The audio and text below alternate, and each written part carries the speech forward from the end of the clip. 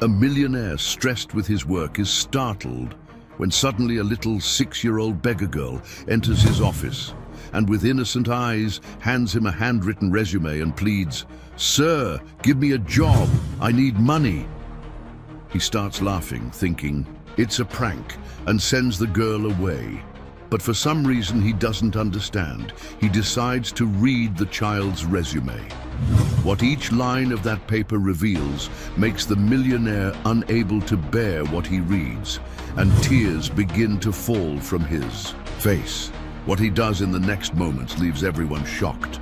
The silence of the 30th floor was broken only by the barely perceptible hum of the air conditioning and the distant roar of traffic from below. Robert Sinclair adjusted his reading glasses and turned his attention back to the report spread across the polished mahogany desk. The numbers were impeccable as always.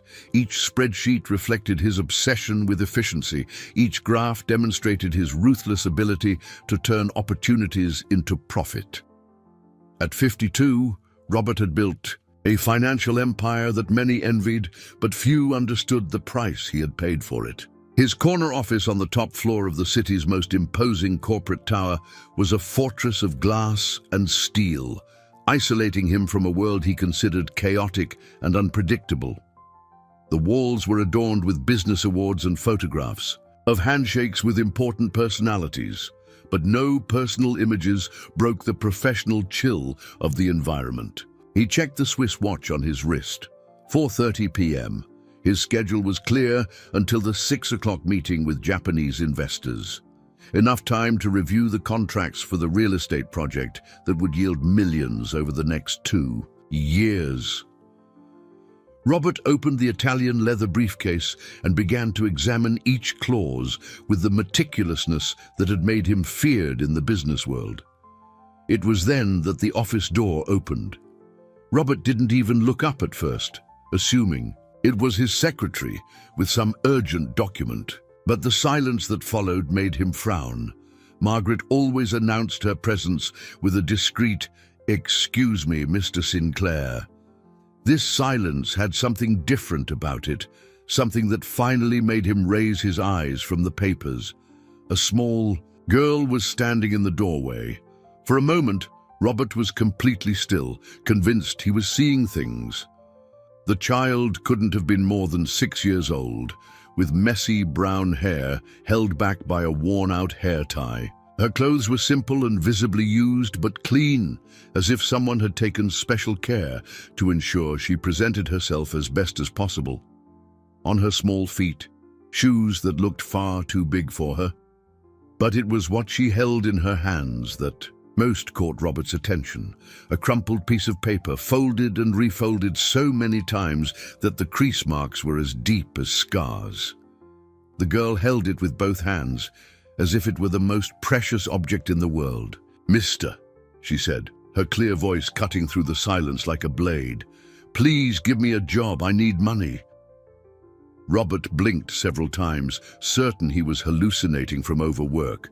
But the girl was still there, holding out the crumpled paper towards him with a determination that contrasted brutally with her age and size. "How did you get in here?" he finally managed to ask, his voice coming out harsher than he intended. "Through the door," she replied with disconcerting simplicity, taking a few steps forward. "This is my resume. I work hard, I swear." The word resume, spoken by that tiny, childish voice, sounded so absurd that Robert almost laughed. Almost. But there was something in the seriousness with which she spoke, in the firmness of her posture despite her visible nervousness, that prevented him from treating the situation as a joke. "Listen here, little girl," he began, his irritation growing as he processed the absurdity of the situation. "This is an office, not a playground. Where are your parents? How did you get past security?" But the child didn't back down. Instead, she took another step forward and placed the crumpled paper on the mahogany desk right next to the multi-million-dollar reports. "Please, mister," she repeated, her brown eyes shining with an intensity Robert couldn't comprehend. "I really need this job." And at that moment, something in Robert Sinclair's chest stirred. Something he had buried so deeply he had almost forgotten its existence. Robert stared at the girl for long seconds, his business mind trying to process the situation. Corporate pranks weren't uncommon in his world, but this was too elaborate, too specific. No competitor would be cruel enough to use a child this way. Or would they? "Is this a joke?" he asked, his voice laden with suspicion. "Did someone send you here?" The girl shook her head vigorously, making her messy hair dance around her small face. "No, mister, I came alone. I need to work to help my mom." The sincerity in her voice was unsettling. Robert had spent decades learning to identify lies and manipulations in the business world, but he couldn't detect any sign of falsehood in that child. That bothered him more than it should. He leaned back in his executive chair, creating more distance between them. The crumpled paper remained on his desk like an intruder among the organized documents. "How old are you?" he asked, trying to buy time while deciding whether to call security immediately. "6, she answered promptly, "but I'm strong and smart. I know how to do lots of things." Robert felt a pang of something he couldn't name. 6 years old, the same age Emily had been when... He cut off the thought abruptly. No, he wouldn't allow his mind to go down that path. Not again. "Children don't work," he said, his voice hardening, unpurposefully. "They have to study and play. Where is your mother now?" The girl's eyes filled with tears that she stubbornly refused to let fall. "She's sick. She can't work properly. And I stopped going to school a long time ago." The confession was like a punch to Robert's gut. A 6-year-old child who had stopped going to school. The concept was so wrong, so distorted from everything a childhood should be, that he felt his anger rise. Not at the girl, but at the situation, at the world that allowed this to happen. "And you think you can work here?" he asked, gesturing to the sophisticated environment around them. "This is a multinational corporation, not a..." He stopped, realizing he was being cruel to a child who was clearly already facing unimaginable hardships. The girl nodded with renewed determination. "I can clean, I can organize papers, I can stay quiet in a corner. I won't bother anyone, I promise." Robert looked again at the paper on his desk. Curiosity, a feeling he hadn't experienced in a long time regarding anything that didn't involve profit, began to grow within him. "This resume," he said, pronouncing the word carefully. "Who helped you make it?" "Ms. Anne from the Haven helped me write the harder letters," the girl replied proudly, "but I told her everything I know how to do." Haven. The word echoed in Robert's mind. This child lived in a shelter, without a proper family, without resources, without the basic opportunities every child should have. And yet, there she was, 6 years old, trying to solve the problem herself. Against his better judgment, Robert reached out and picked up the paper. It was warm, as if it had been held tightly for a long time. The folds were deep, indicating it had been opened and closed many times, perhaps while the girl practiced what she was going to say.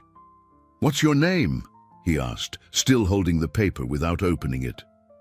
"Sophia," she replied, a small smile lighting up her face for the first time. "Sophia Diaz." "Sophia," Robert repeated, and the name felt strange on his lips. It had been so long since he had spoken to a child, so long since he had seen such a genuine smile. "And your mother? What's her name?" "Maria. Maria Diaz. She's the nicest person in the world, but she's very sick and the medicine is very expensive." The simplicity with which Sophia described her situation was heartbreaking. There was no self-pity, just facts presented with the brutal honesty only children possess. Robert glanced at the clock again. 5 p.m. was approaching, and he had a decision to make. Should he call security and send the girl away, returning to his safe, predictable routine? Or should he open that crumpled paper and find out what a 6-year-old considered professional qualifications? His hand trembled slightly as he began to unfold the resume. The paper unfolded with a dry rustle, revealing a stained and yellowed page, clearly torn from a school notebook. At the top, written in large, uneven letters in blue pen, read, "Sophia's Resume." The spelling error didn't diminish the seriousness with which it had been prepared. Robert adjusted his glasses and began to read, his expression gradually changing from skepticism to something far more complex. Name, Sophia Diaz. Age, 6, where I live, Mrs. Carmen's Haven. Things I can do. I can handle being cold without complaining. I can clean floors on my knees. I don't complain when I'm hungry. I know how to take care of sick people. I can carry heavy things. I stay quiet when I need to. I know how to share food with others. I can sleep anywhere. I don't cry when someone yells. I know how to comfort someone when they're sad. The list continued with 10 more items, each more devastating than the last. They weren't professional qualifications in the traditional sense, but rather survival skills that no 6-year-old should ever need to develop. Robert felt something strange happen in his chest, a growing pressure, as if something were expanding inside him, pressing against his ribs. His hands began to tremble imperceptibly as he continued reading. Why I need to work. My mom is very sick and there's no money for medicine. She cries at night when she thinks I'm sleeping. I want to help her get better. I promise I'll work hard and won't cause any trouble for anyone. The handwriting changed at the end, becoming more rushed, as if Sophia was in a hurry to finish before someone stopped her from writing her deepest feelings. Please give me a chance. I am a good girl. Robert had to stop reading. His vision was blurring, and he realized with a shock that his eyes were filling with tears. Tears. He hadn't cried. In over 5 years, since Emily's funeral, he had convinced himself he no longer had that capacity, that emotions were a weakness he had overcome. But there he was, a man who moved millions of dollars without blinking, being torn apart by a handwritten resume full of spelling errors. "Mister?" Sophia's small voice brought him back to the present. "Are you crying?" Robert quickly wiped his eyes with the back of his hand, trying to regain his composure. "No," he lied, his voice coming out hoarser than usual. "Just allergies." Sophia didn't seem convinced, but she didn't press him. Instead, she took a step closer to the desk. "Did you read everything? Did I forget anything important?" Robert looked at her, really saw her for the first time. Saw the determination in her brown eyes, the way she kept her shoulders straight despite being so small, the way her small hands clasped nervously as she awaited his answer. "Sophia," he began, then stopped, not knowing how to continue, how to explain to a 6-year-old that the world didn't work this way, that companies didn't hire children, that there were laws, regulations, protocols. "I need to think about this," he said finally, refolding the paper with excessive care. Sophia's eyes lit up with hope. "Does that mean maybe yes?" Robert felt his heart clench again. That hope on her face was so pure, so confident, that he couldn't bring himself to destroy it immediately. "It means I need to analyze your proposal properly," he replied, using corporate language as a shield against the emotions threatening to overwhelm him. Sophia smiled then, a smile so radiant it lit up the entire somber office. "Thank you, mister. I'll wait for you to decide. Can I come back tomorrow to find out the answer?" Before Robert could respond, Sophia was already running towards the door, her oversized shoes clattering on the marble floor. "Sophia!" he called. but she had already gone, leaving only the echo of her footsteps in the hallway. Robert was left, alone in his office, holding a handwritten resume that had changed something fundamental within him. For the first time in years, the numbers on the spreadsheets on his desk seemed completely irrelevant. He looked out the panoramic window at the city below, where thousands of people lived their lives, faced their problems, fought their battles. How many Sophias were out there? How many children carried responsibilities that shouldn't be theirs? And more importantly, what would he do with this information now that he could no longer pretend he didn't know? The meeting with the Japanese investors was a disaster. Robert, normally ruthless in negotiations, found himself distracted several times, his mind drifting to a 6-year-old girl and her impossible qualifications. When Mr. Tanaka asked about quarterly projections, Robert had to ask him to repeat the question twice. After the investors left, visibly displeased, Robert remained in his office long after normal hours. Sophia's resume was tucked away in the top drawer of his desk, but he couldn't stop thinking about it. Each handwritten line echoed in his mind, like a hammer against his carefully constructed conscience. I can handle being cold without complaining. What kind of life did a 6-year-old need to have to develop that skill? At 9 p.m., he finally decided to leave, but instead of taking the executive elevator directly to the underground garage, as he had done every night for 15 years, Robert went down to the ground floor. He needed to understand how Sophia had managed to bypass security. "Good evening." "Mr. Sinclair," greeted Marcus, the night security chief. "Leaving a bit late tonight?" "Marcus," Robert said, "I need to know how a child managed to get to my office this afternoon. A girl, about 6 years old." The burly man frowned, checking his notes. "A child, sir? We have no record of any child entering the building today. Are you sure?"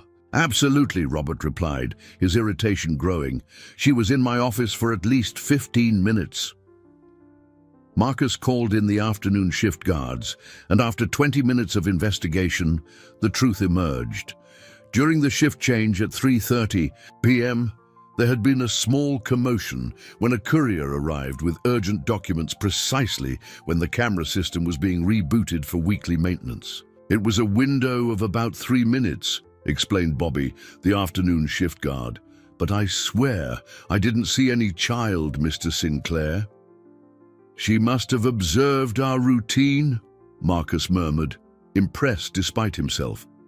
"For a child to know exactly when to act, that requires planning." Robert felt a shiver run down his spine. Sophia hadn't simply stumbled into his office. She had studied, planned, waited for the right moment. A 6-year-old child had executed a plan that many adults would consider too complex. "I want security reports from every day this week," he ordered. "Check the external cameras too. If she's been watching the building, there must be records." The next day, Robert arrived at the office an hour earlier than usual. He hadn't slept well, waking up several times thinking of Sophia's hopeful smile and her promise to return for his answer. Margaret, his secretary, noticed immediately that something was different. "Mr. Sinclair, shall I bring your coffee now, or would you prefer to wait?" "Margaret," he said abruptly, "do you have children?" The question caught her by surprise. In 12 years working for him, Robert had never shown interest in her personal life. "I do, sir." "Two?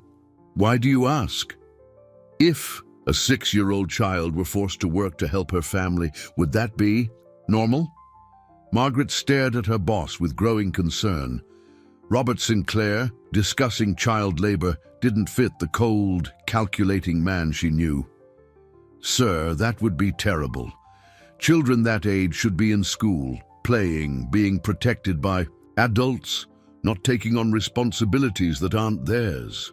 And if this child lived in a shelter with a sick mother, there are social programs, charitable organizations, support systems for situations like that. Margaret replied, her voice gentle. No child should have to carry that burden alone. Robert nodded slowly, processing the information. He spent the rest of the morning trying to focus on work, but his thoughts kept being interrupted by visions of Sophia.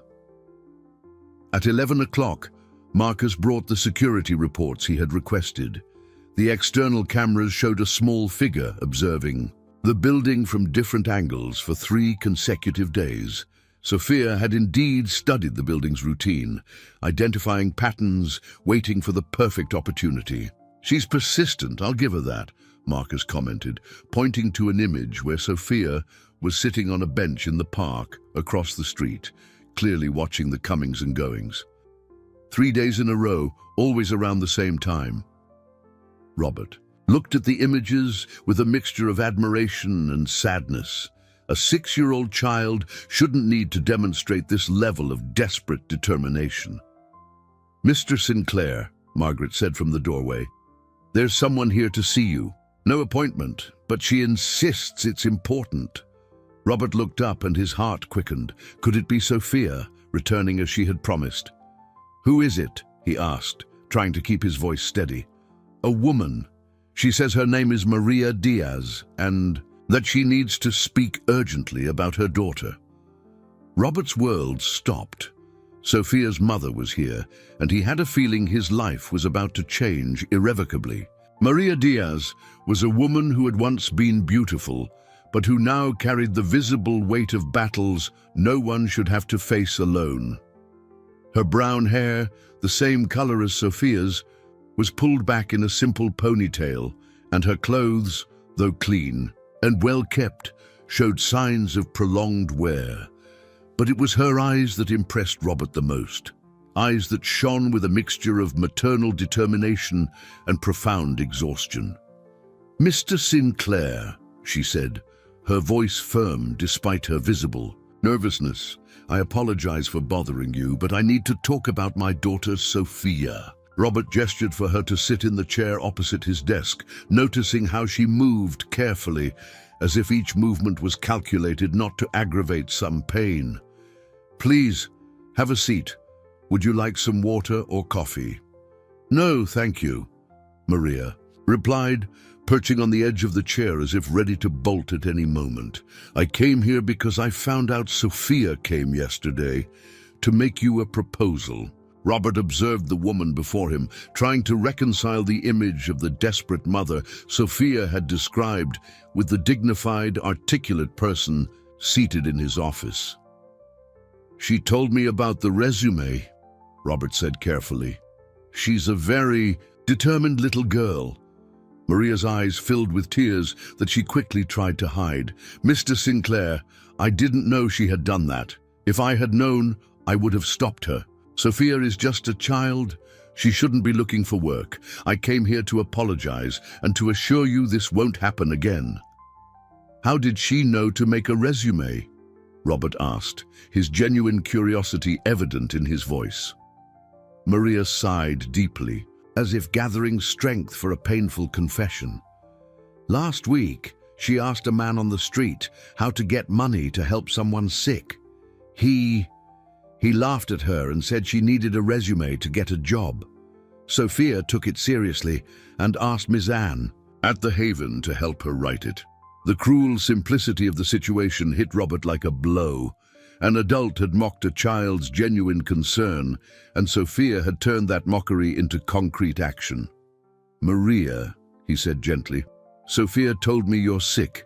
Is it serious? The woman hesitated, clearly debating internally how much she should reveal to a stranger. I have a condition that requires expensive medication.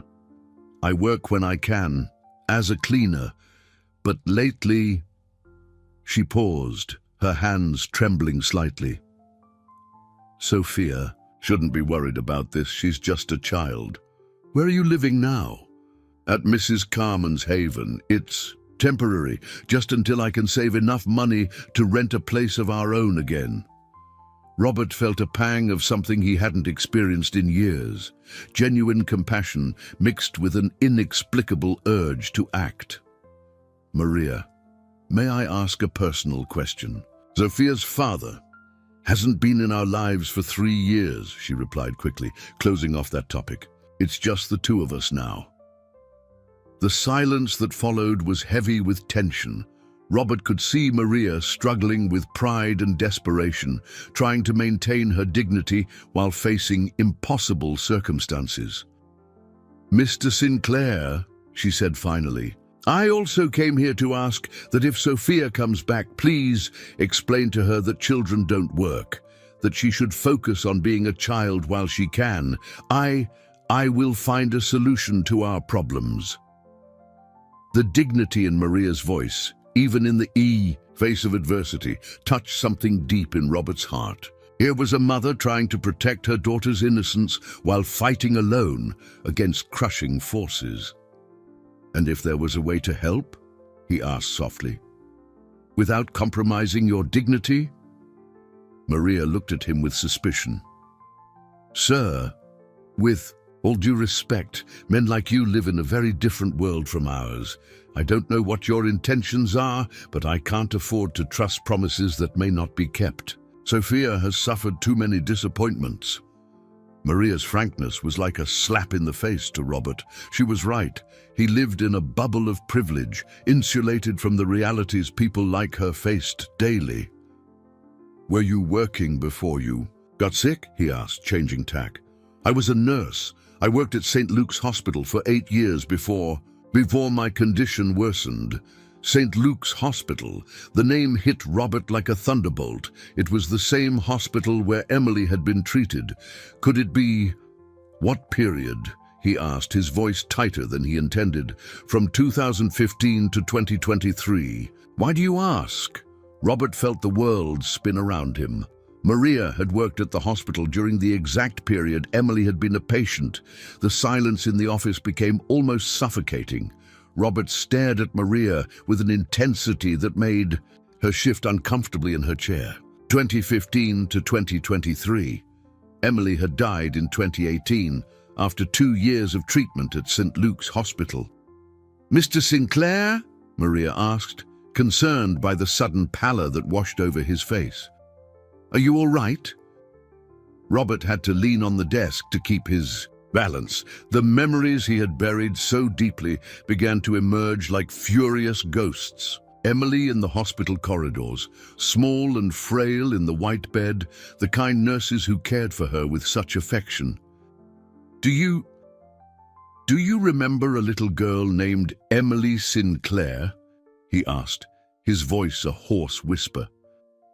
Maria's eyes widened with recognition and surprise. She brought her hand to her mouth as if trying to hold back words that were about to escape. "Emily," she murmured.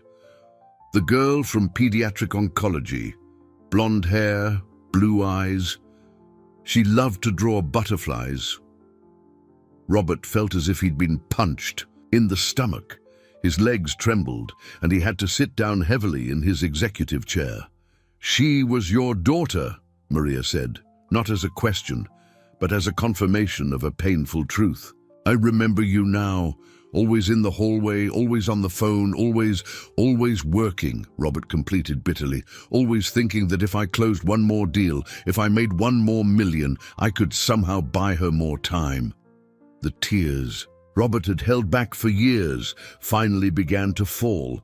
There he was, the man who intimidated boards of directors and made CEOs tremble, crying in front of a woman he barely knew. "Mr. Sinclair," Maria said gently, her voice filled with a deep compassion that came from the experience of one who knew pain. "I remember Emily talking about her daddy. She said you worked to make enough money to get her healthy again." "And I couldn't," Robert said, his voice broken. "I spent millions on experimental treatments, on the best doctors in the world, and I couldn't save her. She knew you loved." Maria replied softly. "Children know these things, even when adults have a hard time showing it." Robert looked up at Maria, truly seeing her for the first time.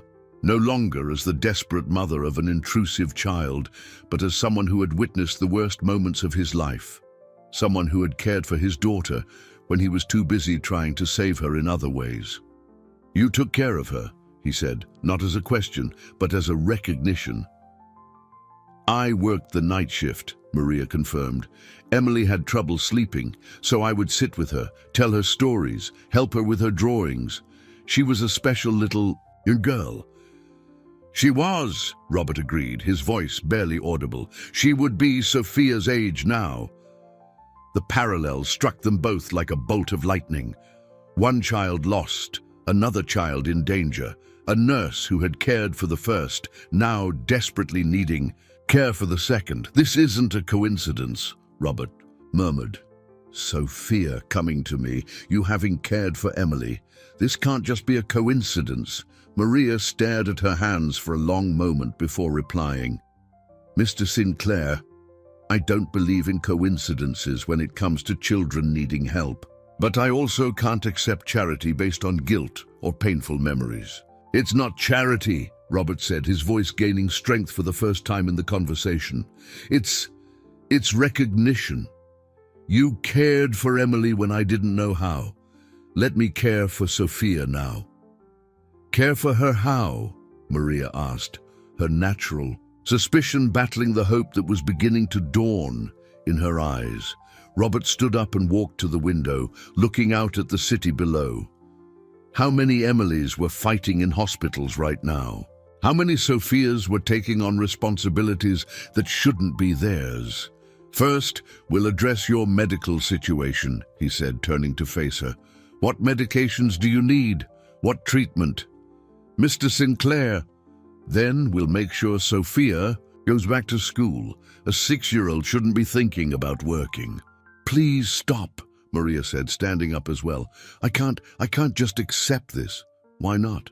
"Because when people like you get tired of helping people like us, the consequences are devastating.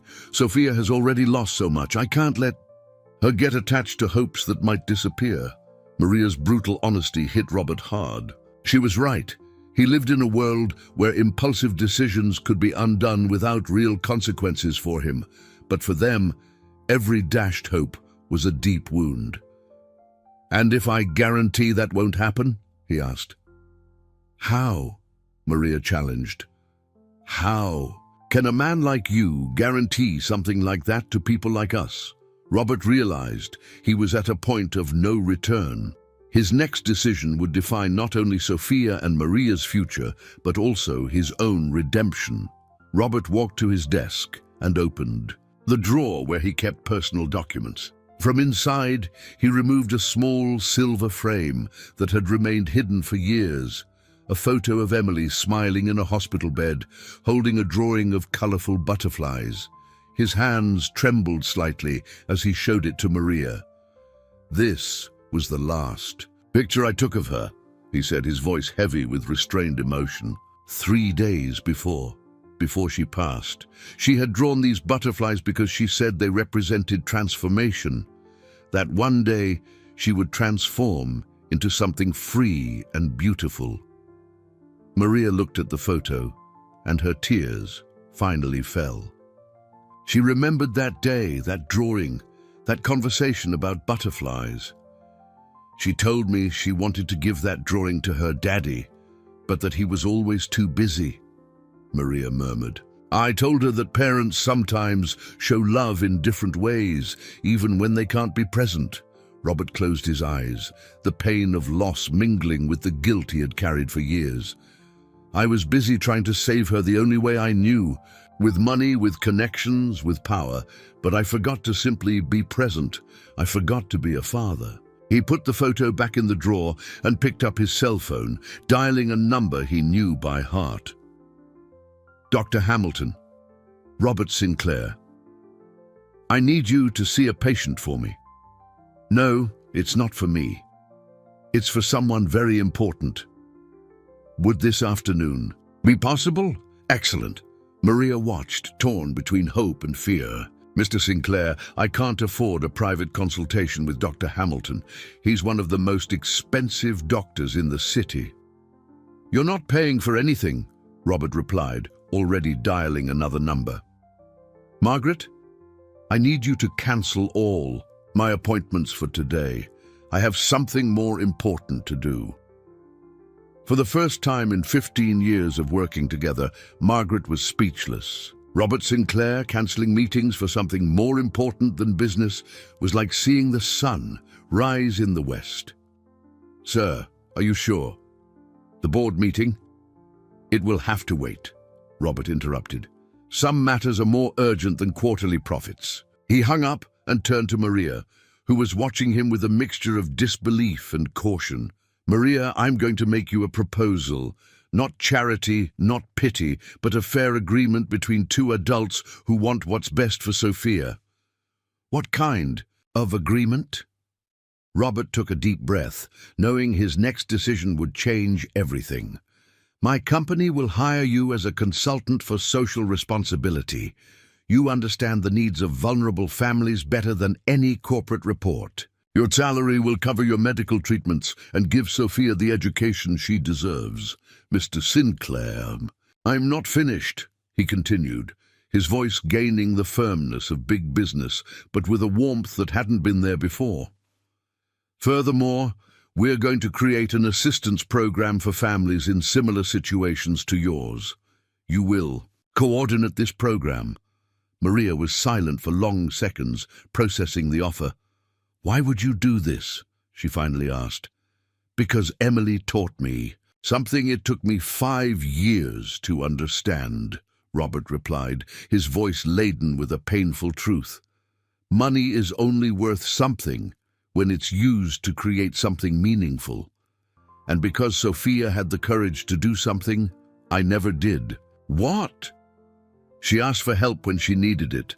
I never knew how to do that. At that moment, the office door opened and a small figure appeared in the entrance. Sophia was there, in the same simple dress as the day before, but her eyes shone with expectation. Mister, she exclaimed, running towards the desk, I came to see if you decided about my resume. She stopped abruptly upon seeing her mother, her eyes widening with surprise and a little fear. Mom, what are you doing here? Robert looked at them both, mother and daughter reunited in his office, two people who had suffered more than they should have, but who maintained a dignity and love he had lost years ago. Sophia, he said, kneeling to her level, I have a different proposal for you. Different how? She asked, tilting her head curiously. Instead of you working for me, how about I work for you? Sophia frowned, confused. I don't understand, mister.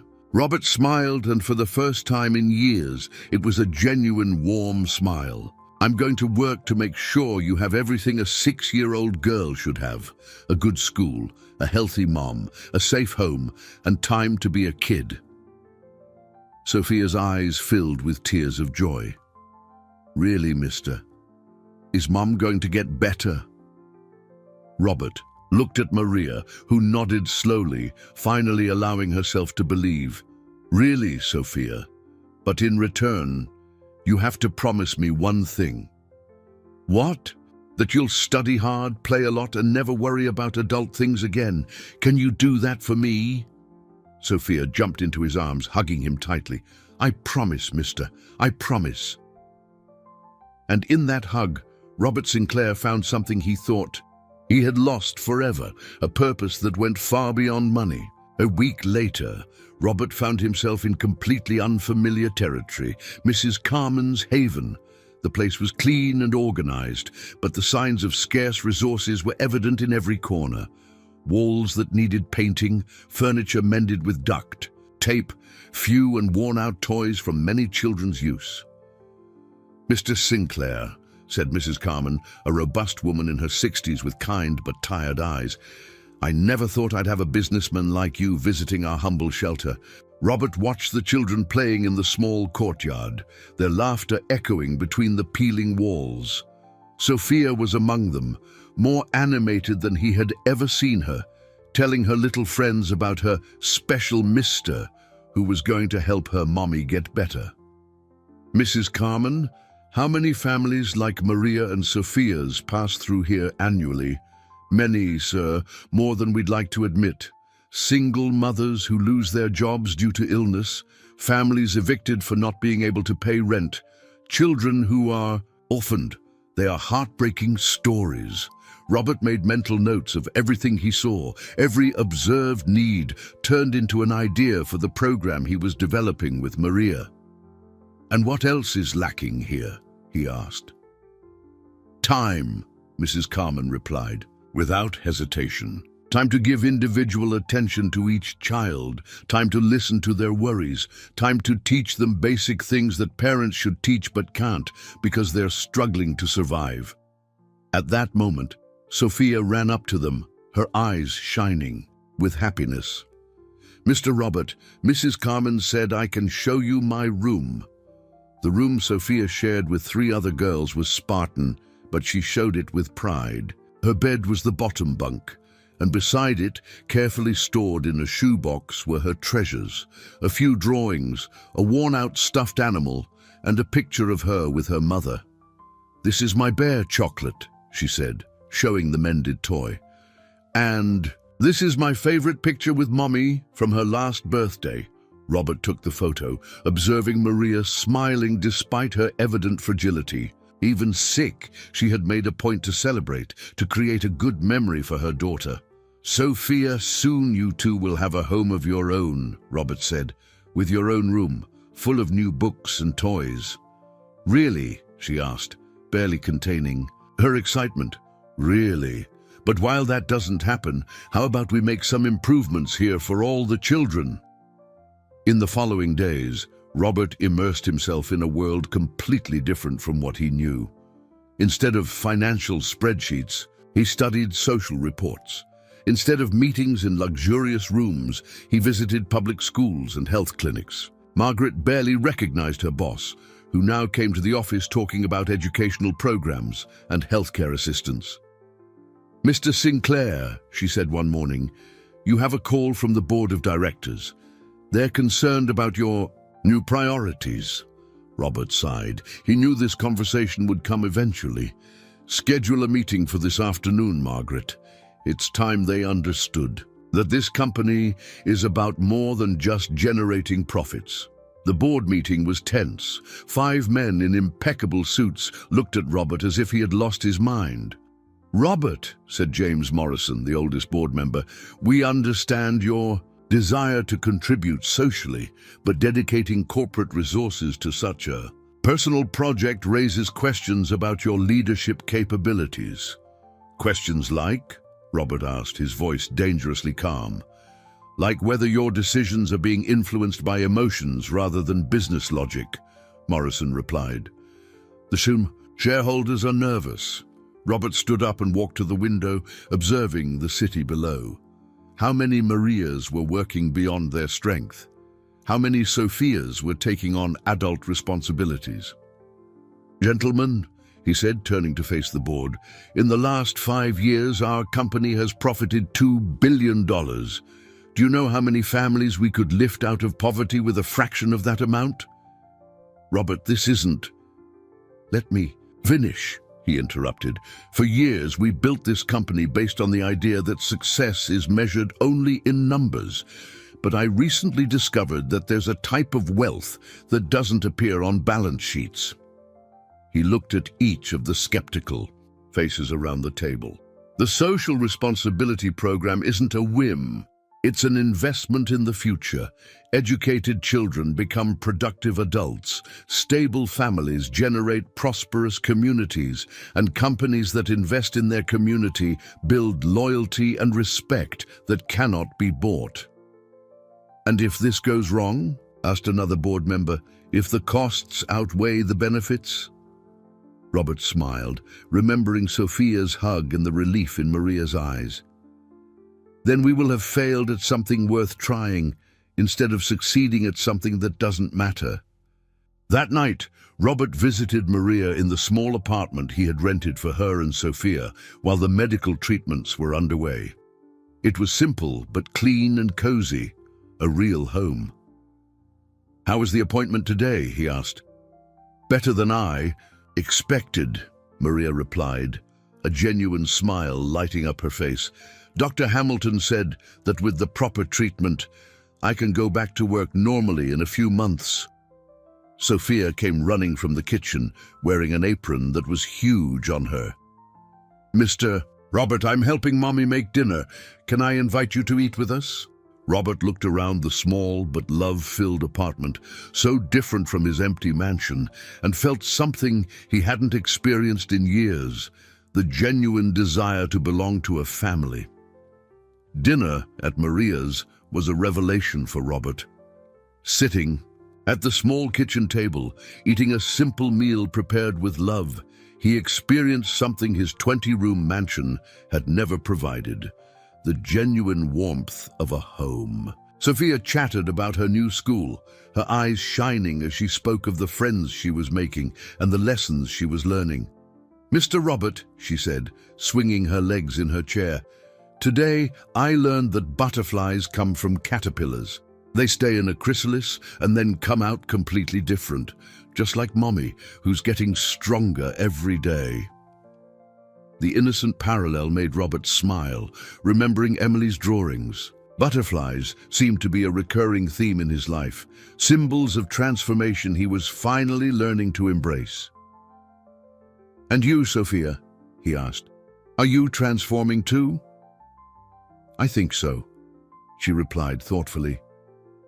Before I was worried all the time. Now I can be a kid again. The girl's words touched something deep in Robert's heart. A 6-year-old shouldn't have to go back to being a child. She should always have had that right. After dinner, while Sophia drew in the living room, Robert and Maria talked on the small apartment balcony.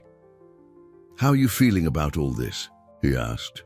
Scared, Maria admitted honestly. Happy, but scared.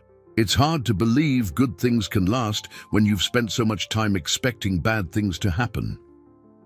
I understand that feeling, Robert said. After Emily died, I thought I could never allow myself to care for someone again. And now? Robert looked through the window, watching Sophia concentrating on her drawing. Now I realize that caring for people is the only thing that really matters. The next morning, Robert arrived at the office to find Margaret visibly worried. Mr. Sinclair, you need to see this, she said, handing him a newspaper. The headline made him freeze. Business tycoon loses his way. Robert Sinclair, spending millions on questionable projects. The article, clearly fed by leaks from his own board, painted a picture of a man who had lost control after an inexplicable obsession with a family of... The article used a vague term, but implied they were not established citizens. Worse still, it suggested his business decisions were being compromised by emotional instability. Before he could fully process the betrayal, his phone rang. It was Richard Chen, his partner of 15 years. Robert, we need to talk, urgently. An hour later, Richard was in his office, but the coldness in his eyes was unmistakable. You saw the paper, Richard said. It wasn't a question. I did, and I presume you contributed to this investigative report. Richard didn't deny it. Robert, you're putting our company at risk. Investors are nervous, clients are asking questions. Your involvement with this family is affecting our credibility. My involvement is helping people who need it and destroying our reputation in the process, Richard exploded. You can't just decide we're going to become a charitable organization without consulting the other partners. Robert stood up, walking to the window. Below, the city pulsed with life, millions of people living their stories, facing their battles. How many Mariahs were working beyond their strength? How many Sophias carried burdens they shouldn't carry? Richard, in 15 years of partnership, have you ever seen me make a bad business decision? No, but then trust me now. This program isn't charity. It's social investment with a guaranteed return. What kind of return? Robert turned to face his partner. The kind that doesn't show up on spreadsheets, but builds lasting legacies. Richard shook his head, frustrated. "You've changed, Robert, and I'm not sure it's for the better." "You're right," Robert agreed. "I have changed. I've discovered there's more to life than accumulating money. And if the other investors don't agree with your new philosophy?" The question hung in the air like a veiled threat. Robert knew exactly what Richard was insinuating: a vote of no confidence, an attempt to remove him from the leadership of the company he had built. "Then we'll have an interesting conversation at the next board meeting," Robert replied calmly. After Richard left, Robert was alone with his thoughts. For the first time in his career, he faced the real possibility of losing control of the company he had built. The irony wasn't lost on him. Just when he had finally found a true purpose for his wealth, it was being threatened. His phone rang. It was Maria. "Robert, I saw the paper. Are you okay?" The genuine concern in her voice touched him deeply. When was the last time someone had cared about his well-being, not his money or power? "I'm facing some challenges," he admitted. "Because of us?" Robert closed his eyes. It would be easy to lie, to say no. But Maria deserved honesty. "Partially. But don't feel guilty about it. This is a fight I need to face. And if you lose, then I'll lose fighting for something I believe in." That night, Robert didn't go home. Instead, he drove to Maria and Sophia's apartment. He found them in the living room, Sophia doing homework, while Maria prepared materials for her new role as coordinator of the social program. "Mr. Robert," Sophia exclaimed, running to hug him. "Mommy said you might be in trouble for helping us." Robert knelt, looking into the girl's worried eyes. "Sophia, sometimes doing the right thing brings challenges, but that doesn't mean we should stop doing it. Are you going to keep helping us?" Robert looked at Maria, who watched the scene with tears in her eyes. "I'm going to do much more than that," he promised. "I'm going to fight to create a world where no child has to write a resume at 6 years old." But even as he made that promise, Robert knew the toughest battle of his life was just beginning. The board meeting was called for a rainy Friday, as if the weather itself reflected the tension in the air. Robert arrived at the corporate building an hour early, walking the halls he knew so well, wondering if he would still recognize them as his professional home by the end of the day. Margaret greeted him with a sealed envelope. "This arrived this morning, Mr. Sinclair. Express delivery." Inside the envelope was a handwritten letter on paper with colorful drawings on the borders. The handwriting was childish but careful. "Dear Mr. Robert, Mommy said bad people are saying mean things about you for helping us. I want you to know that you are the nicest man I know. If you lose your big job, you can work with me. I will share my school lunch with you every day. With love, Sophia P.S. I drew butterflies for you to remember that people can change and become more beautiful." Robert had to sit down to keep from falling. A 6-year-old child offering to share her school lunch with a millionaire who might be about to lose everything. The purity of that gesture made him cry again, something that was becoming increasingly common since Sophia had entered his life. At 3 p.m., the 5 board members were assembled in the conference room. The atmosphere was glacial, with Richard avoiding Robert's gaze and the others maintaining carefully neutral expressions.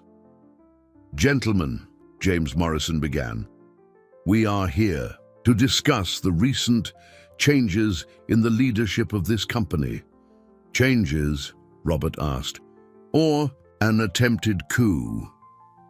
"Robert," Morrison said with false patience, "your recent decisions raise legitimate questions about your ability to lead this organization responsibly." "Which decisions specifically?" Richard leaned forward. "Allocating corporate resources to personal projects, canceling important meetings to visit shelters, hiring employees based on sentimentality rather than qualifications." Maria Diaz has 8 years of experience as a nurse and profound knowledge of the community's social needs, Robert replied calmly. Her qualifications are impeccable. But her hiring was motivated by your personal relationship with her daughter, Richard insisted. Robert stood up, walking to the window that offered a panoramic view of the city. Do you know what my biggest mistake has been over the last 15 years? He asked. Believing that business success meant isolating myself from the humanity around me. I built an empire, but I lost my soul in the process. He turned to face the board.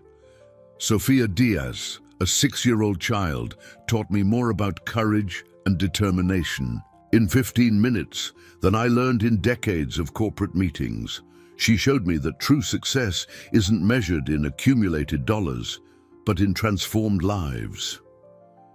Touching philosophy, Morrison said dryly, but shareholders don't invest in feelings. You're mistaken, Robert retorted. Companies with genuine social responsibility consistently outperform those focused solely on profit. There are studies proving it. And there are studies showing that emotionally unstable CEOs destroy shareholder value, Richard countered. The silence that followed was heavy with tension. Robert knew he had reached the moment of truth. Very well, he said calmly. Let's settle this once and for all. I propose a vote. What kind of vote? Morrison asked. You vote on whether you want my immediate resignation or if you give me 6 months to prove that the social responsibility program can increase both the company's value and its positive impact on the community. Yet, the board members exchanged nervous glances. They hadn't expected Robert to take the initiative. And if we vote for your resignation? Asked one of the younger members. Then I leave today, taking my 40% stake in the company with me, Robert replied. You can continue focusing exclusively on profits. And if we vote for the 6 months? Robert smiled for the first time in the meeting.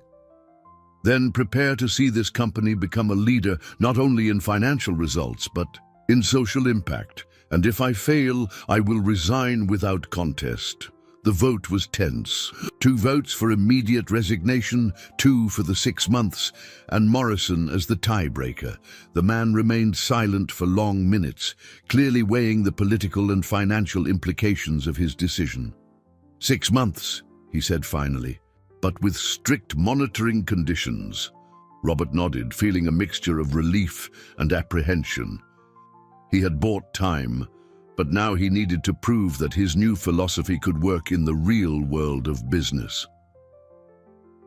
That night, he visited Maria and Sofia with mixed news. I've got 6 months to prove I'm right, he explained, but if I fail... You won't fail, Maria interrupted with conviction, because you're fighting for something bigger than yourself. Sofia, who had overheard the conversation from the kitchen, appeared with 2 glasses of juice. Uncle Robert, I brought juice to celebrate. Celebrate what, little one? That you didn't give up on us, she replied simply, just like I didn't give up when I came to your office. Robert picked Sofia up, feeling the weight of the responsibility he had taken on. He wasn't just fighting for his company or even for this specific family. He was fighting for the possibility that the business world could have a soul. Sofia, he said, thank you for teaching me that asking for help isn't weakness. And thank you for teaching me that adults can change too, she replied, hugging him tightly. As he held her, Robert knew that regardless of what happened in the next 6 months, he had already gained something more valuable than all the profits he had accumulated, a real family. 3 months had passed since the board meeting, and Robert had dived headfirst into transforming his company. The social responsibility program, coordinated by Maria, was showing impressive results. 15 families lifted out of vulnerability, 80 children back in school, and partnerships with public hospitals that had already benefited hundreds of people. The financial numbers were also encouraging. The company's change in image had attracted new, socially conscious investors, and contracts with organizations that prioritized corporate responsibility were beginning to appear. Robert felt He was on the right track. It was on a rainy Tuesday that everything fell apart. Margaret entered his office, her face pale, holding a plain envelope. "Mr. Sinclair, this was left at reception for you." The person didn't want to identify themselves. Robert opened the envelope with trembling hands. Inside, a handwritten letter in the careful script he had come to recognize. "Dear Robert, when you read this letter, Sophia and I will be gone. Please don't try to find us. I know your intentions are genuine, but I can no longer watch you sacrifice everything you've built for our sake. The pressure you're facing, the attacks in the press, the resistance in your company. It's all because of us. Sophia doesn't understand why we're leaving. She cries, asking for Uncle Robert every day. Lying to my daughter is the hardest thing I've ever done, but I can't let her get attached to a situation that could end at any moment. You gave us something wonderful. Hope. But hope becomes cruel when it cannot be sustained. I'd rather leave. Now, with Sophia still believing in happy endings, than wait until circumstances force us out. Use the money you would spend on us to help other families. There are many Sophias out there who need you. Thank you for showing us that there are still good people in the world. With love and gratitude, Maria Diaz." P.S. Sophia left something for you. It's at Mrs. Carmen's Haven. Robert felt as if he'd been punched in the stomach. His hands trembled so much he could barely hold the letter. Maria and Sophia were gone, and the pain of loss was as intense as what he'd felt when Emily died. He cancelled all his meetings for the day and drove immediately to the Haven. Mrs. Carmen received him with tear-reddened eyes. "Mr. Sinclair, they left at dawn. Maria said it was for the best, that she didn't want to be a burden to anyone." "Did she leave any clue as to where they went?" "No, sir. But she left this for you." Mrs. Carmen handed him a folded piece of paper. It was a drawing by Sophia, a family of butterflies flying together, with a note written in large, crooked letters. "Uncle Robert, butterflies sometimes need to fly to faraway places, but they always remember who helped them fly. Thank you for teaching me I can be a kid. I love you." Robert had to lean against the wall to keep from falling. The devastating simplicity of Sophia's message completely destroyed him. A 6-year-old child trying to console him even amidst her own suffering. "Mrs. Carmen, are they okay? Do they have money, a place to stay?" "Maria said she had saved enough from the salary you paid her to support themselves for a few months. But after that..." The woman shook her head sadly. Robert spent the next few days in a desperate search. He hired private investigators, checked hotel and inn records, alerted hospitals in several cities, but Maria had disappeared with Sophia as if they had never existed. Their absence became a physical ache. Robert discovered how accustomed he had become to Sophia's visits, her colorful drawings, her innocent questions about butterflies and transformations. His mansion, already empty, now felt like a mausoleum. In the office, his productivity plummeted. Margaret often found him staring out the window, lost in thought. The board members began to murmur again about his emotional instability. Richard appeared in his office on a Friday afternoon. "Robert, I need to be blunt with you. Your obsession with this missing family is affecting the entire company. Investors are worried. Employees are insecure." "They didn't disappear," Robert corrected, his voice tense. "They ran away because they thought they were hurting me." "And weren't they?" The question hung in the air like an accusation. "What do you want, Richard?" "I want you to choose. The company or this desperate search for people who clearly don't want to be found." Robert stared at his partner for long seconds. "And if I choose them? Then you're on your own. The board will vote for your removal next week." After Richard left, Robert was alone with his thoughts. Through the window, he could see children playing in the park across from the building. One of them, a small girl with brown hair, made him jump from his chair for a moment of hope. But it wasn't Sophia. That night, he made a decision that would change everything. If Maria believed he was sacrificing too much for them, then he would prove her wrong. He would prove that some things were more important than money or power. Robert Sinclair was about to make the riskiest bet of his life, a bet where the prize wasn't profit, but the chance to bring back the two people who had become his true family. But first, he needed to find them, and for that, he was willing to sacrifice everything he had built. Robert didn't sleep for 3 consecutive nights. On Monday morning, he called an emergency meeting of the board of directors. When he arrived at the conference room, he found not only the 5 board members, but also lawyers and auditors, a clear indication that the decision to oust him had already been made. "Gentlemen," Robert said, his voice surprisingly calm for someone who was about to lose everything, "I came here to make a proposal." "Robert," Morrison interrupted, "before you say anything, you need to know that we've already decided." "I want to sell my stake in the company," Robert said, cutting him off. The silence that followed was absolute. Richard blinked several times, as if unsure he had heard correctly. "Sell?" he asked. 40% of the company. Why?" Robert sat down calmly, as if discussing the weather. "Because I've discovered there are more important investments than financial return." He placed a folder on the table. "Here is my proposal. I sell my stake for $800 million, 15% below market value. The money will be used to create a permanent social assistance fund, and I resign from all executive positions." The lawyers began to whisper among themselves, but Richard was staring at Robert with a mixture of shock and admiration. "Are you serious? $800 million? Completely serious. But there's one condition." "Which is?"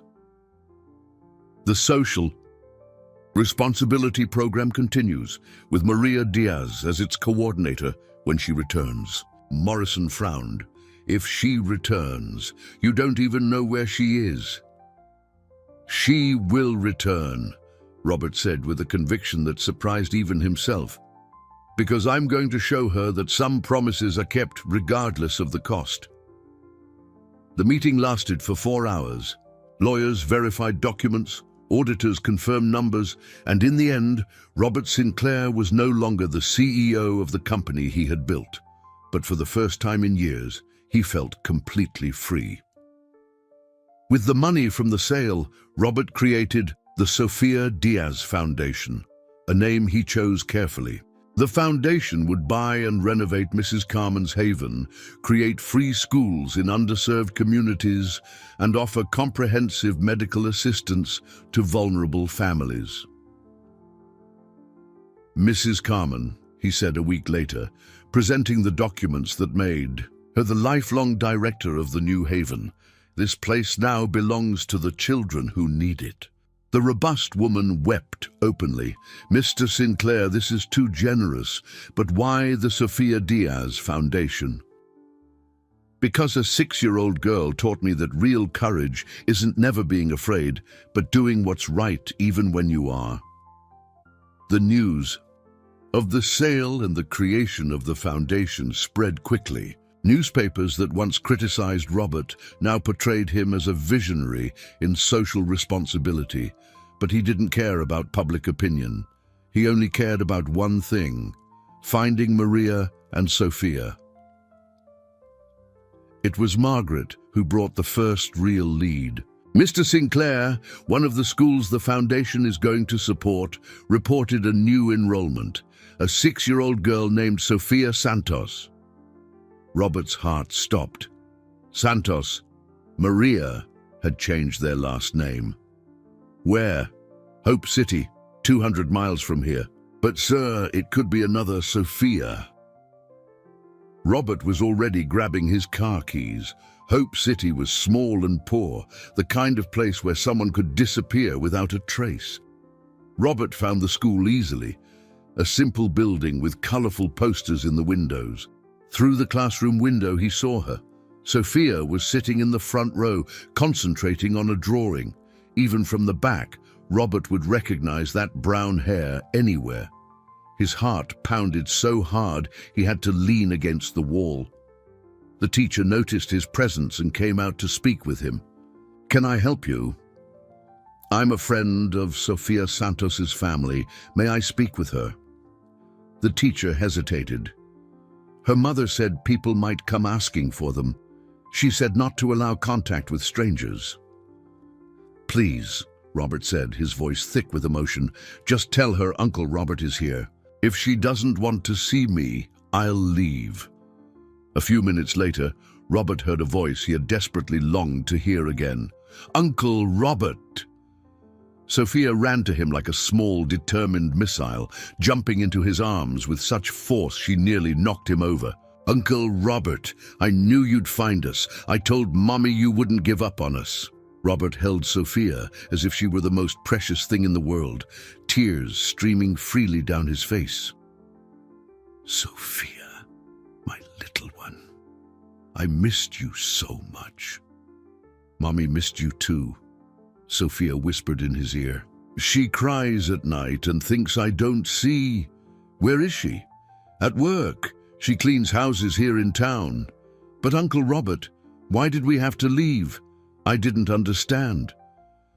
Robert knelt to Sophia's level, looking into the eyes he had missed so much. "Because your mommy is a very brave person who didn't want me to be sad because of you. But she didn't understand something important." "What?" "That sometimes we need to be a little sad to achieve a much greater happiness." Sophia frowned, trying to understand. "And did you achieve it?"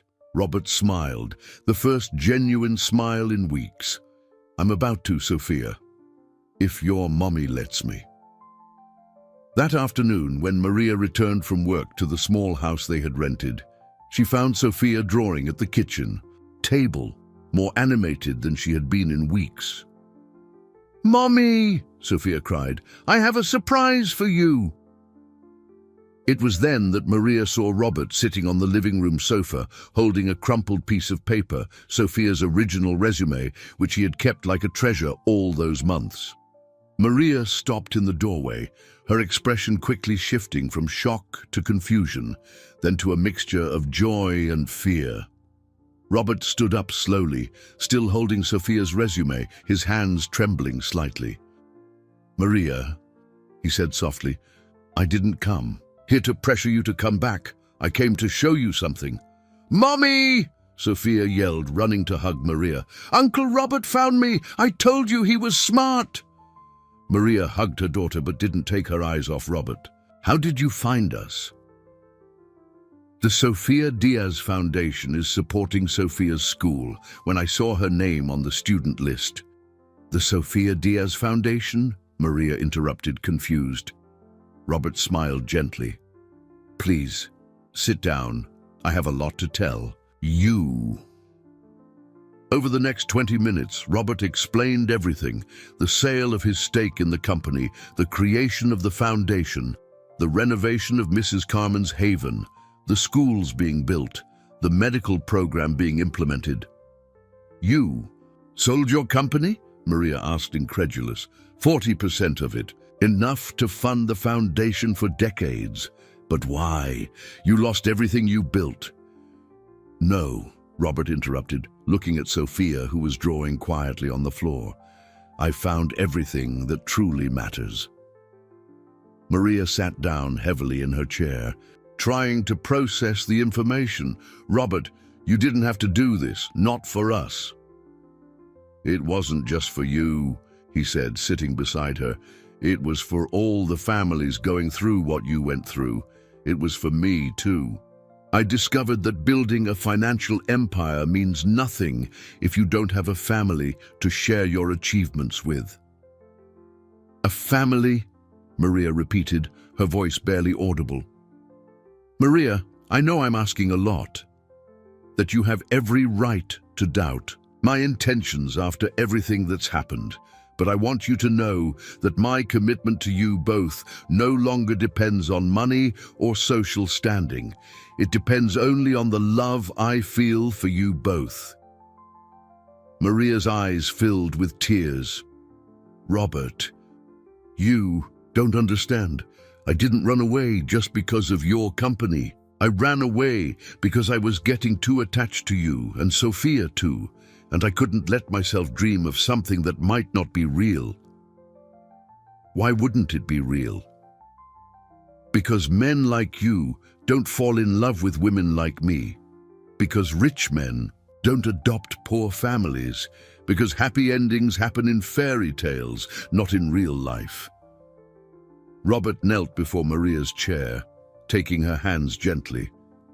Maria, look at me. In the past few months, you two have taught me more about love, courage, and hope than I learned in 52 years of life. Sophia showed me that asking for help is an act of courage, not weakness. And you showed me that dignity and strength can coexist with vulnerability. Robert, let me finish, he said softly. I'm not offering charity or doing a favor. I'm asking for a chance to be part of your family, not as a benefactor, but as someone who loves you unconditionally. Sophia, who had been listening to the conversation while drawing, approached them.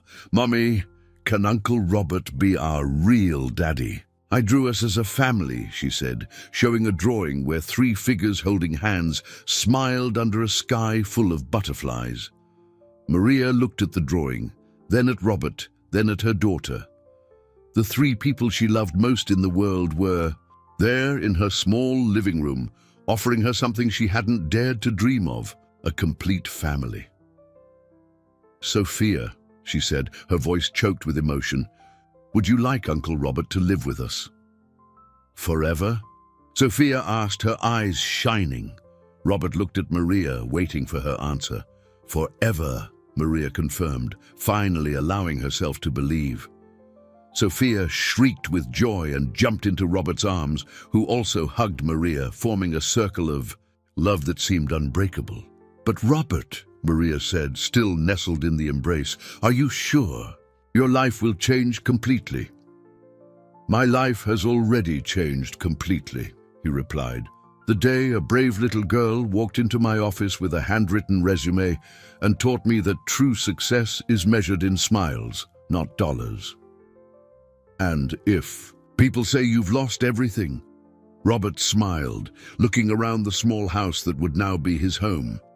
Then they haven't understood that I've gained everything. That night, while Sophia slept peacefully in her room, Robert and Maria sat on the porch, planning their future. The foundation will help many families, Maria said. But how will it work in practice? You'll coordinate everything. You know people's real needs better than any consultant, and I'll learn from you how to make a real difference. And us? What will our life together be like? Robert took Maria's hand, intertwining his fingers with hers. It will be real, Maria, not a fairy tale, but something better, a love story built on honesty, mutual respect, and the commitment to create a better world for Sophia and for all children who need hope. Maria rested her head on Robert's shoulder, finally allowing herself to believe that some stories really can have happy endings. Thank you, she whispered. Why? For not giving up on us, even when we gave up on ourselves. Robert kissed her hair gently. We'll never give up again. We're a family now, and families don't give up on each other. Through Sophia's bedroom window, they could see the little girl sleeping peacefully, clutching her bare chocolate. Beside her bed, the original resume was framed on the wall as a reminder that sometimes miracles come disguised as requests for help. 6 months later, Robert woke to the sound of laughter coming from the kitchen. It was Saturday morning, and he had learned that Saturdays in his new life were completely different from Saturdays in his previous life. Instead of financial reports and international calls, there were burnt pancakes, colorful drawings, and conversations about butterflies. "Good morning, family," he said, entering the kitchen to find Sophia standing on a chair, trying to help Maria prepare breakfast. "Daddy Robert," Sophia exclaimed. She had started calling him that naturally, and every time he heard those words, Robert's heart filled with a joy he had never imagined possible. "I'm making butterfly-shaped pancakes." Robert looked at the misshapen batter in the pan and smiled. "It's looking perfect, Princess." "Liar," Maria said, laughing and giving him a good morning kiss. "But it's a very sweet lie." The house they had bought together was modest compared to the mansion Robert had sold, but it was filled with something his old house had never had: life. The walls were decorated with Sophia's drawings, family photographs, and certificates from the schools the Sofia Diaz Foundation had inaugurated. After breakfast, the three of them headed to the most important event of the day, the official opening of the Foundation's 5th school. The new, colorful building was located in the heart of a community that, 6 months ago, had no hope of seeing its children access quality education. "Nervous?" Maria asked in the car, noticing Robert was quieter than usual. "A little," he admitted. "I'm still surprised when I see what we've managed to accomplish." "What we've accomplished," Sophia corrected from the back seat. "Because it's teamwork, right, Daddy?" Robert smiled in the rearview mirror. Sophia had become a little ambassador for the foundation, always present at openings, distributing drawings to other children, and explaining that everyone deserves to have a good school. The opening ceremony was emotional. More than 200 people gathered to celebrate: parents, children, teachers, volunteers, and local officials. Robert watched the children running around the new playground, their laughter echoing through the air, and felt a satisfaction that no corporate profit had ever provided. "Mr. Sinclair," said the principal of the new school, "would you like to make a speech?" Robert was about to decline. He still felt uncomfortable being the center of attention when Sophia tugged his sleeve. "Tell them about the resume, Daddy," she whispered. Robert walked to the small, improvised stage, looking out at the sea of hopeful faces before him.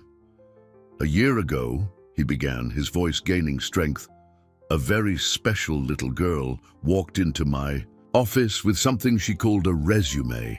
On that handwritten paper, she didn't list professional experiences or technical qualifications. She listed her ability to endure cold, to care for sick people, to not complain when she was hungry." The audience was completely silent. "That little girl taught me that the true qualification for changing the world isn't found in diplomas or bank accounts. It's in the courage to ask for help when we need it, in the determination to protect those we love, and in the ability to turn hardship into strength." He looked at Sophia, who was smiling proudly beside Maria. "Today, we inaugurate another school because we believe that every child deserves to have their real qualifications recognized, their creativity, their curiosity, their infinite capacity to dream and transform the world." The applause was warm and prolonged, but Robert barely heard it. He was focused on Sophia, who was running towards him with a paper in her hand. "Daddy, I made a new resume," she said, handing him the paper. Robert read it aloud so everyone could hear. Sophia Sinclair Diaz's resume. Age, 7 years old. Qualifications: know how to make sad people happy. I can draw colorful butterflies. I know how to share toys and snacks. I can tell funny stories. I know how to give hugs that heal. I can help other children not be afraid. I know that families of the heart are as real as families by blood current. Job: happiest daughter in the world. Future plans: help Daddy and Mommy make more children happy. Robert's eyes filled with tears as he read. Sophia had changed her last name to include both his and Maria's, symbolizing the complete union of their lives. "This is the most impressive resume I've ever seen," he said, hugging Sophia as the crowd applauded again. Later, at the end of the day, the family was in the foundation's garden, planting a commemorative tree. It was a tradition to plant a tree with each new school opening, symbolizing growth and hope. "Daddy," Sophia said, her small hands helping to steady the sapling in the soil. "Will the butterflies like this tree?" "They will, Princess. And when it grows, many butterflies will come to make their cocoons here, and then they'll fly to new places." "That's right. But they'll always come back to visit the tree that sheltered them." Sophia nodded, satisfied with the explanation. Maria approached, enveloping Robert and Sophia in a group hug. "What are you thinking about?" she asked, noticing Robert's contemplative gaze. "About how a 6-year-old girl managed to save a 52-year-old man," he replied. "And about how sometimes the best deals in life don't involve money." "What was the best deal of your life?" Sophia asked. Robert looked at his wife and daughter, then at the foundation building, where children still played in the courtyard, finally free to just be children.